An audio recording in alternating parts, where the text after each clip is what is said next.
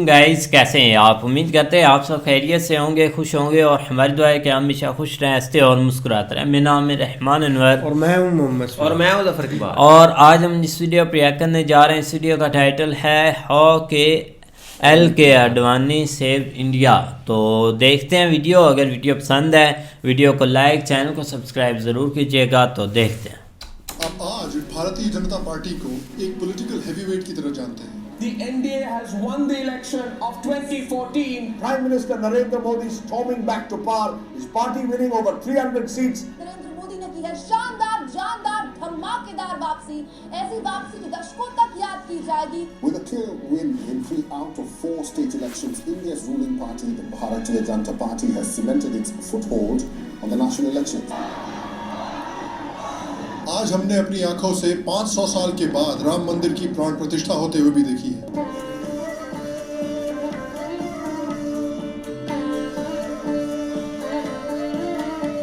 लेकिन आज हम बात करेंगे उस इंसान के बारे में जिसका बीजेपी का एक मेन स्ट्रीम पॉलिटिकल हैवीवेट बनने में और राम जन्मभूमि मूवमेंट में बहुत बड़ा हाथ रहा है। ये जो रथ है, लोक रथ है, जनता का रथ है, जो सोमनाथ से चला है और जिसने मन में संकल्प किया हुआ है कि 30 अक्टूबर को वहां पर पहुंच करके कार सेवा करेंगे और मंदिर वहीं बनाएंगे। I am in politics and I wish I could contribute towards changing the image of the ugly Indian politician.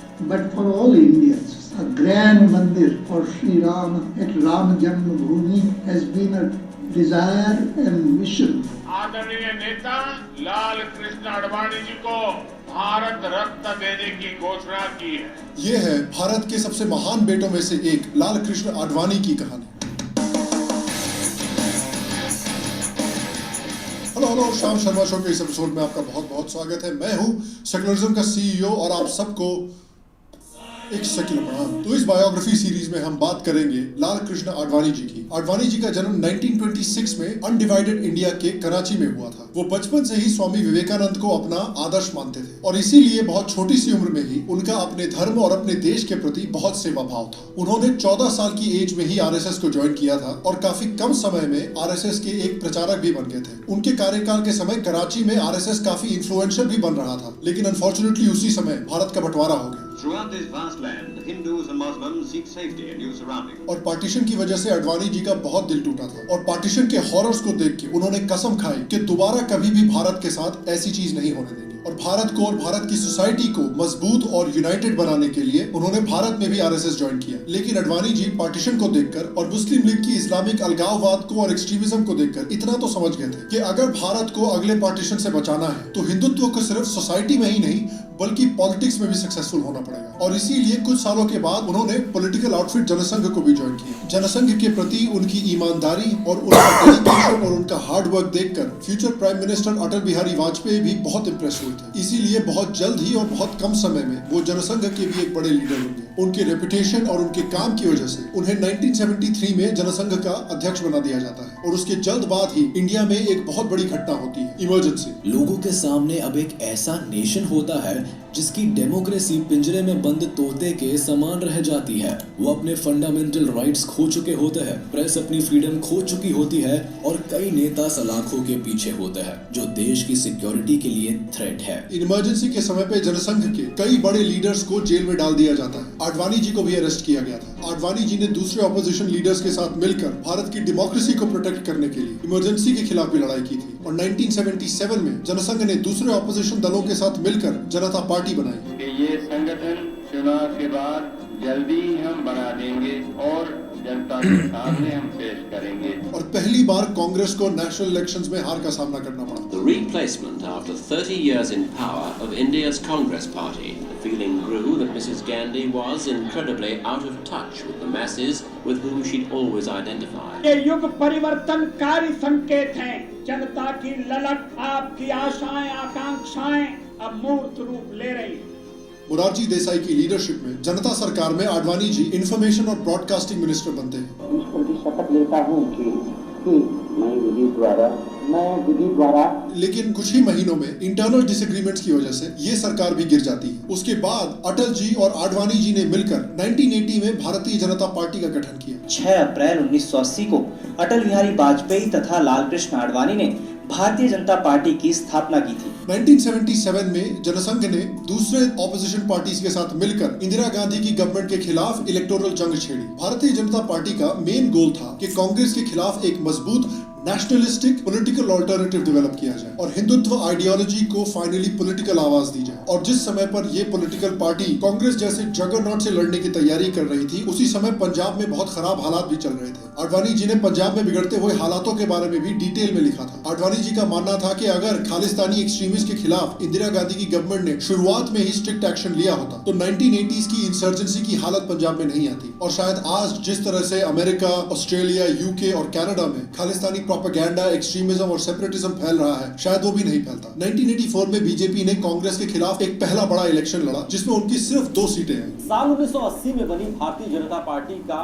ये पहला आम चुनाव था और इस पहले आम चुनाव में उतरी बीजेपी को मात्र 2 सीटें मिली थी। खुद अटल बिहारी वाजपेयी भी अपना चुनाव हार गए। उस समय पर इंदिरा गांधी का असैसिनेशन हुआ था। Indira Gandhi, the Prime Minister of India, has been shot and very gravely wounded. Former Indian Prime Minister Indira Gandhi was assassinated by her own security guard. और कांग्रेस के जो प्राइम मिनिस्ट्रियल कैंडिडेट थे राजीव गांधी, उनकी तरफ भारत के सभी लोगों को सिंपैथी थी और इसलिए राजीव गांधी ने बहुत बड़ी मेजॉरिटी से गवर्नमेंट बनाई। और प्राइम मिनिस्टर बनने के बाद राजीव गांधी ने बीजेपी पर तंज भी कसा क्योंकि उनकी 2 सीटें आई थी। तो राजीव गांधी एलके आडवाणी और अटल बिहारी वाजपेयी पर अक्सर जोक किया करते थे, हम 2 हमारे 2, which to be honest is a good joke। BJP की इतनी बुरी परफॉर्मेंस के बाद लालकृष्ण आडवाणी ने बीजेपी की प्रेसिडेंटशिप अपने अंडर ली और उन्होंने अपनी नाउ आइकॉनिक रथ यात्रा शुरू की ताकि बीजेपी को पूरे देश में एक्सपोजर और पॉपुलैरिटी मिल सके। बीजेपी 80s के डेकेड में एक ऐसा मुद्दा ढूंढ रही थी जिस मुद्दे से पूरा देश उनके साथ जुड़ सके और वो मुद्दा बीजेपी को फाइनली मिला राम जन्मभूमि मूवमेंट के रूप में। चलाना छोड़ दिया, बंदूक चलाना सीखेंगे और हमारी प्रशासन जो है यही अब चाह रही है और यही करेंगे। जो अयोध्या में जो मंदिर है वो हिंदुओं का आज से नहीं, सदियों पुराना है। उसको मुसलमान लोग बैठ तोड़ के बनाया, उसको तो हम मानने को तैयार नहीं है। 1990 में आडवाणी जी ने राम रथ यात्रा की शुरुआत की जिसमें उन्होंने डिमांड किया कि बाबरी मस्जिद जो ओरिजिनल राम मंदिर को तोड़कर बनाई गई है उसको हटाकर उस जगह पर दोबारा एक भव्य राम मंदिर बनाया जाए। इस मस्जिद को सिर्फ और सिर्फ हिंदुओं को नीचा दिखाने के लिए बनाया गया है और अब भारत के हिंदू ये इंसल्ट नहीं सहेंगे। रथ यात्रा बिहार में प्रवेश कर चुकी थी। समस्तीपुर में एक बड़ी रैली होनी थी। बीजेपी और उसके सहयोगी पूरी तरह से तैयार थे क्योंकि ये जो रथ है लोक रथ है, जनता का रथ है। जब कार सेवा का कार्यक्रम होगा हम आएंगे कार सेवा में मंदिर के निर्माण।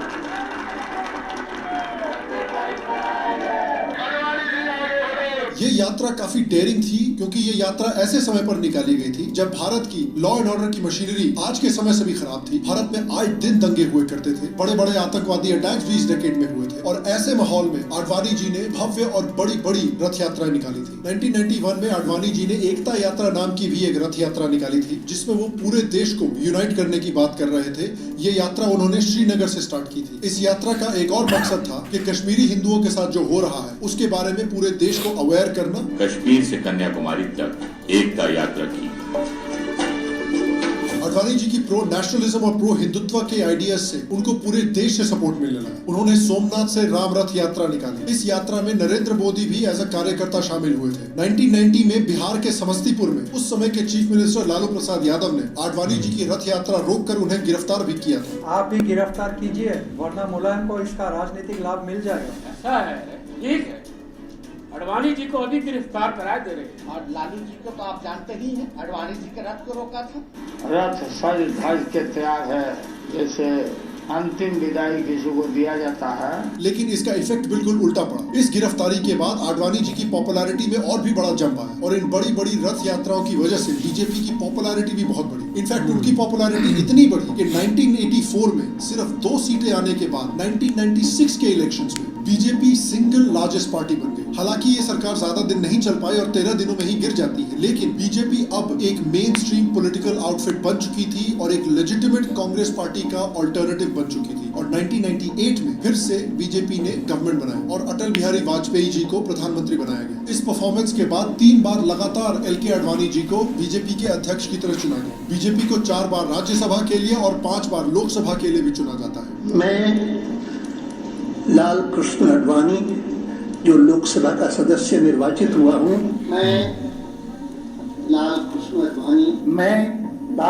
आडवाणी और ये कहना बिल्कुल सही है कि लाल कृष्ण आडवाणी जी का बहुत बड़ा हाथ है बीजेपी को एक नेशनल पॉलिटिकल आउटफिट बनाने में। आडवाणी जी अपने करियर में और भी कई बड़ी बड़ी यात्राएं निकाल चुके हैं। 2006 में उन्होंने भारत सुरक्षा यात्रा निकाली थी जब बीजेपी ऑपोजिशन में थी, जहां पर उन्होंने आतंकवाद के खिलाफ आवाज उठाई थी।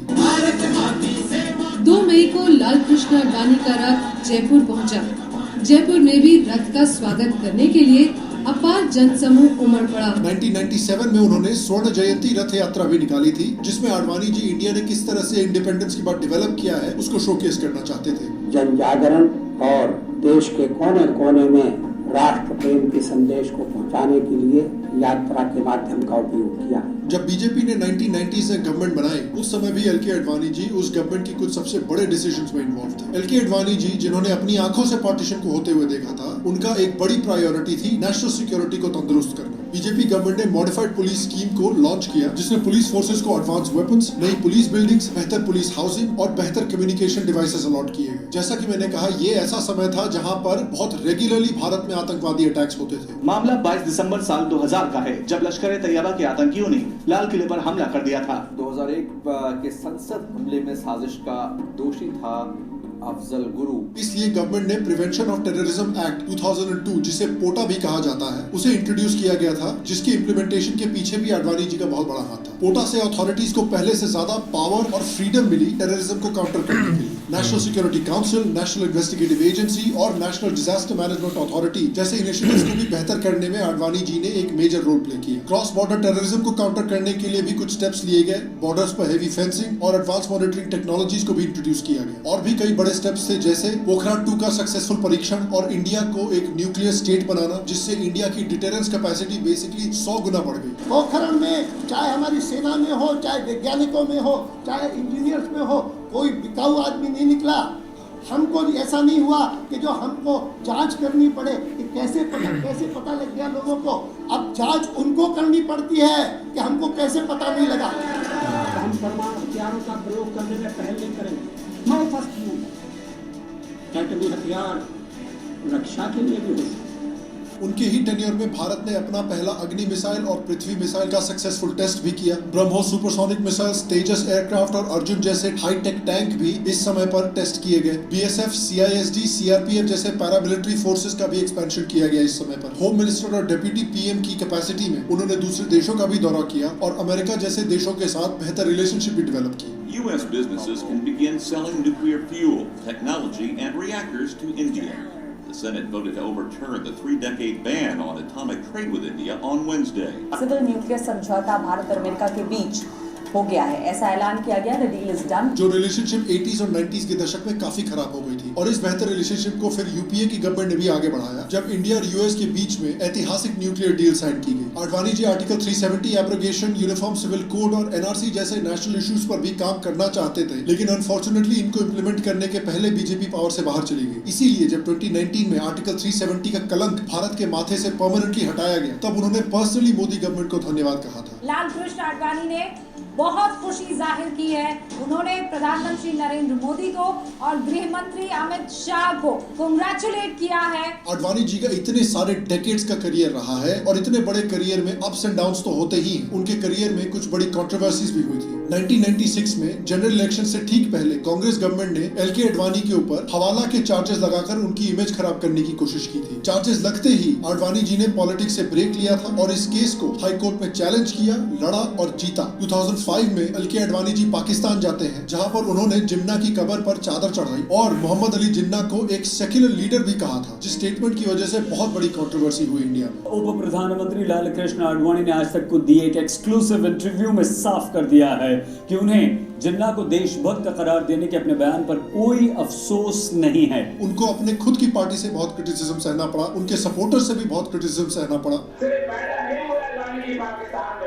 अडवाणी जी की बीए तक की शिक्षा पाकिस्तान की है, सिर्फ उनकी एक लॉ की डिग्री बम्बई के किसी कॉलेज की है, बाकी बीए तक की शिक्षा उनकी पाकिस्तान की है। आडवाणी जी नेहरू को भी काफी प्रेज करते थे, जिसकी वजह से उनको काफी क्रिटिसिज्म सुनना पड़ा। नेहरू जी की उपलब्धि थी कि उन्होंने स्वतंत्र भारत के बाद तुरंत पार्लियामेंट्री डेमोक्रेसी लाई। आडवाणी जी की लीडरशिप में पाकिस्तान के साथ इंडिया ने एक पीस ट्रीटी भी साइन की थी, लेकिन जिस तरह सलमान खान का कुंवारापना नहीं जाता, उसी तरह से पाकिस्तान का हरामीपना नहीं जाता। तो पाकिस्तान जैसे दोगले और आतंकवादी देश के साथ एक पीस ट्रीटी साइन करने के लिए भी उन्हें काफी क्रिटिसाइज किया गया था। लेकिन इन सारी कंट्रोवर्सीज के बावजूद इस बात पे कोई डाउट नहीं उठाया जा सकता कि आडवाणी जी ने अपनी पूरी जिंदगी बचपन से लेकर बुढ़ापे तक भारत के धर्म और भारत माता की सेवा में लगा दिया। इस कंट्रीब्यूशन को 2015 में एक्नॉलेज भी किया गया, जब एल के आडवाणी जी को पद्म विभूषण दिया गया। Among the recipients of the Padma Vibhushan was senior leader of the BJP L.K. Advani. और इसलिए ये माना जाता है कि बीजेपी अगर आज आर्टिकल 370 को हटा पाई है, राम मंदिर बनवा पाई है, इस सोच की नींव, इस संघर्ष की नींव, इस उज्जवल भारत की नींव रखने के पीछे लाल कृष्ण आडवाणी जी का बहुत बड़ा हाथ है। और इसीलिए आडवाणी जी को जब भारत रत्न भी मिला तो इस बात में किसी को कोई सरप्राइज नहीं होना चाहिए। लेकिन इसके पीछे भी कुछ इंटरेस्टिंग रिएक्शंस आए, क्योंकि एल के आडवाणी एक इतने बड़े और टावरिंग पॉलिटिकल फिगर है, तो ऑपोजिशन लीडर्स ने भी, जो बीजेपी से किसी भी मामले पर अग्री नहीं करते, उन्होंने भी आके इस अवार्ड की तारीफ की। आडवाणी जी को जो दिए ठीक है, उसका हम स्वागत करते हैं। लेकिन ओवैसी जैसे कुछ पॉलिटिकल लीडर्स हैं जो खुश नहीं थे। AIMI chief Aswakuddin Owaisi also jumped in to claim that the government is sending out a wrong message by awarding Bharat Ratna to L.K. Advani. Several people died at places where he had taken out his Rath Yatra from in the 1980s. Akhilesh Yadav जैसे political leaders हैं जिनके पिताजी ने साम दाम दंड भेद सारी कोशिशें की थी राम मंदिर को बनने से रोकने के लिए, वो भी खुश नहीं थे। ये भारत रत्न अपने वोट को बांधने के लिए दिया जा रहा है। आरजेडी, जिस पार्टी ने समस्तीपुर में आडवाणी जी की रथ यात्रा रुकवा कर उन्हें अरेस्ट किया था, उनके भी एमपी खुश नहीं थे। हमने अपनी ऊर्जा उस विवाद में खोई जिसके जनक थे आडवाणी जी, मंदिर मस्जिद विवाद। और भी कई लोग थे जो सोशल मीडिया पर आडवाणी जी को भारत रत्न मिलने से खुश नहीं थे। लेकिन देखिए, at the end of the day ये सिर्फ इस बात को हाईलाइट करता है कि आडवाणी जी का कितना बड़ा कंट्रीब्यूशन रहा है हिंदुत्व मूवमेंट को न सिर्फ सोशली लेकिन पॉलिटिकली सक्सेसफुल बनाने में। अगर इनकी रथ यात्राएं ना होती तो क्या राम जन्मभूमि मूवमेंट के लिए भारत के लोगों में इतना जुनून आता? क्या 1996 में बीजेपी एक मेन स्ट्रीम पॉलिटिकल आउटफिट बन पाती? क्या 1998 में बीजेपी गवर्नमेंट बना पाती? आज की जो अचीवमेंट्स बीजेपी एब्सोल्यूट मेजॉरिटी से कर पा रही है, जैसे राम मंदिर को बनवाना, आर्टिकल 370 को एब्रोगेट करना, सिटीजनशिप अमेंडमेंट एक्ट को पास करवाना, फ्यूचर में यूनिफॉर्म सिविल कोड भी लाना, शायद ये सब लाल कृष्ण आडवाणी जी के बिना पॉसिबल ना हो पाता। इसलिए मैं पर्सनली बहुत खुश हूँ कि एल.के. आडवाणी जैसे महान देशभक्त की भारत की तरफ विशाल कंट्रीब्यूशन को भारत रत्न से रिकॉग्नाइज किया गया है। और मैं आपसे पूछना चाहता हूँ कि आपके हिसाब से भारत की तरफ उनकी सबसे बड़ी क्या कंट्रीब्यूशन रही है? नीचे कमेंट सेक्शन में मुझे जरूर बताएं। बाकी गाइस, अगर आपने अभी तक हमारे पॉडकास्ट हाँ जी गाइस, तो बिल्कुल यार, एक ऐसे हीरोज़ हैं जब उनके एक सामने एक हिस्ट्री आती है तो बहुत जानकर एक उनके बारे में अच्छा लगता है। जैसा कि एल.के. आडवाणी जी हैं कि सबसे पहले तो एक जब बंटवारा नहीं हुआ था वो इधर ही थे, मतलब एक कराची वाली साइड, तब तो एक ही था इंडिया, एक ही थी चीज़ें, सब मिलकर रहते थे। लेकिन बस जब ये चीज़ें हुई हैं तब बहुत सारे एक इतने अच्छे महान बंदे जो हैं वो कोई बेचारे इधर रुल गए, कोई उधर रुल गए, मतलब ऐसे उनको एक तंग किया गया था तब। लेकिन तब भी उन्होंने एक ऐसी चीज़ें देखी है, बचपन जिसका इस तरह गुजरा है ना, तो वो आगे जाकर बहुत एक समझदार एक इंसान बने हैं या उन्होंने एक चीज़ें संभाली हैं। अब जब उन्होंने देखा कि एक बंटवारा हो गया और उसके पीछे क्या रीज़न था, क्या चीज़ें चली है, उसकी वजह से उनको वो चीज़ें हैंडल करनी पड़ी थी। आगे जाकर वो इंडिया में उन्होंने सबसे पहले काम ही ये किया है कि जो भी एक अपने हिंदू भाई हैं उनको एक आगे लेकर आए हैं, उनको बताई हैं चीज़ें, तो आहिस्ता आहिस्ता अपनी एक पार्टी रन की है। और सबसे बड़ी एक अचीवमेंट या एक डेवलपमेंट उनकी यही थी कि जो एक राम मंदिर के लिए उन्होंने एक रथ यात्रा निकाली थी जिसकी सबसे ज़्यादा एक चर्चा होती है। बहुत बड़ी भाई उन्होंने एक अचीवमेंट की। आप देखो ना, जब एक शुरू से स्टार्ट होता है ना बंदा, वो एक काफ़ी मुश्किल होता है कि हम किस मतलब के दिशा में जाएं, लेकिन वो भाई बचपन से काफ़ी ना है कि मतलब कि अपने माइंड से खेल रहे थे। अब जब भी बंटवारा हुआ था ना, कई लोगों ने उससे सबक सीखा कि एक जिसको एक कंट्री से प्यार था, उन्होंने भाई एक अपनी ना मतलब कि कंट्री पर ऐसा कोई संकट आने के लिए एक उम्मीद नहीं थी कि उनको हम फिर से यही अपनाएंगे चीज़ें, जैसे एक पाकिस्तान का बंटवारा हुआ और बाद में जिन्होंने एक इससे सबक सीखा। और वही सर थे भाई जिन्होंने, आप देखो ना, एक बचपन से ही एक दिल में आपने एक भावना जगाई कि मैं अपने देश के लिए सब कुछ करूँगा। लेकिन बहुत उन्होंने भाई एक अच्छे एक मतलब के एक जेस्चर किए। अब जैसे एक पीस का मैसेज दिया पाकिस्तान को, लेकिन पहले हम अटल जी को एक देखते थे कि उन्होंने काफ़ी एक पीस का मैसेज लेकर आए थे पाकिस्तान, लेकिन ये भी सर ने भी काफ़ी किया कुछ नहीं ऐसा ही है। लेकिन ये कि आप देख लो कि कितने ऐसे हीरो हैं जो कि मतलब जिन्होंने मुल्क के लिए इतना कुछ किया है, और उनमें भाई LK अडवाणी साहब भी हैं। और रथ यात्रा के ऊपर काफ़ी एक अच्छा लगा कि उन्होंने मतलब एक बहुत अच्छा एक जो है ना वो एक साइड चूज़ की और लोगों को इंगेज किया। और देख लो कि देखो 2-3 उस वक़्त जो है ना यही एक छोटे छोटे मसले थे जो कि एक हल करवाना या उसके ऊपर लोगों को एक इकट्ठा करना ज़रूरी था। लेकिन ये कि भाई उन्होंने करके दिखाया, और उसमें सबकी आगे जो है ना BJP जिस तरह फिर आगे जो है ना वो बनती गई, इकट्ठे होते गए, और उसमें अटल जी भी थे या PM मोदी जी भी थे, और सारे जो है ना इस चीज़ के लिए फिर आगे एक इकट्ठे होते गए। बाकी भाई एक दफ़ा पाकिस्तान भी आए हैं, बहुत अच्छा लगा कि वो इधर आए, और वो एक क़ायद आज़म के एक मज़ार के ऊपर भी गए थे, वहाँ पे उन्होंने फूल चढ़ाए। बाकी देखो ना, जो बंदा सच्चा होता है ना, या एक उसको थोड़ी सी चीज़ें फेस भी करनी पड़ती, बाद में उनके ऊपर तनकीद भी हुई, और ज़ाहिर बात है फिर अपोजिशन को तो ये चीज़ें चाहिए होती है। और देख लो कैसे उन्होंने फिर ऐसे भड़के उनके ऊपर, लेकिन भाई काफ़ी केस चलवाया, फिर उनको एक अपनी पॉलिटिक्स जो है वो एक छोड़नी पड़ी। ये बात सीन की अब आप BJP पर आए ना, तो भाई एक हम तो वैसे ही मतलब कि एक हमें इस सिनेरियो का पता है कि एक BJP भाई पार्टी है और PM मोदी जी की पार्टी है, लेकिन पीछे उनकी आप जद्दोजहद यार देखें, बहुत मेहनत और बहुत हार्ड वर्किंग की है उन्होंने। आप देखो ना, पहले 2 सीटें, फिर मतलब कि आस्ता आस्ता उन्होंने कितनी एक आमना एक कैसे उनको पता था कि हमने एक एंगेज करना अपने लोगों को और अपनी तरफ एक खींचना, और हम देश के लिए एक काम करने वाली पार्टी है। अब शुरू से ही देख लो ना, अब BJP में इतने मतलब के मेंबर और लोग गुजरे हैं, लेकिन कोई बंदा ऐसा भाई नहीं गुजरा जिसने एक चीटिंग की हो, या जिसने पार्टी का एक भला ना सोचा। जो भी अब आते हैं ना लोग एक पार्टी में BJP के, वो भाई एक मतलब के सच्चे, उनको एक दिल से लगता है कि हम यार एक देश के लिए कुछ करें, और एक ना लालचा होती है किसी बात की, ना किसी चीज़ की उनको कोई ज़रूरत होती है। आप ये मोदी जी को देख ले भाई, एक अटल जी को देख ले, अब ये सर को देख ले, और भी बहुत बड़े बड़े नाम होंगे इस पार्टी में जिन्होंने शुरू से रन किया पार्टी को। बिल्कुल कोई शक नहीं। एक उम्मीद करते हैं आपको वीडियो पसंद आएगी। अगर पसंद आए वीडियो को लाइक, चैनल को सब्सक्राइब ज़रूर कीजिएगा। मिलते हैं नई वीडियो के साथ, तब तक के लिए अल्लाह।